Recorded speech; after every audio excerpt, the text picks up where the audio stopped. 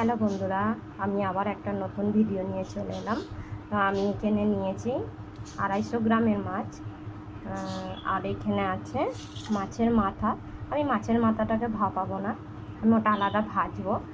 আর এই দেখো, এখানে নিয়েছি হলুদ গুঁড়ো, পরিমাণ মতো লবণ, 4টে কাঁচা লঙ্কা, আর এটা সর্ষে, পোস্ত আর হচ্ছে তোমাদের কাঁচা লঙ্কা আমি একসঙ্গে বেটে নিয়ে পুরো রেডি করে নিয়েছি। তোমরা চাইলে এটাকে দেখাতেও পারো। আর এটা হচ্ছে সিল ধোয়া জল।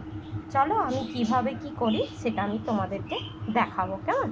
দেখো, আমি এখানে পুরোটাই হচ্ছে আমি নিয়ে এখানে মেখে নেবো। এখান থেকে নিয়ে আমি পুরোটাই মেখে নেবো, কেমন?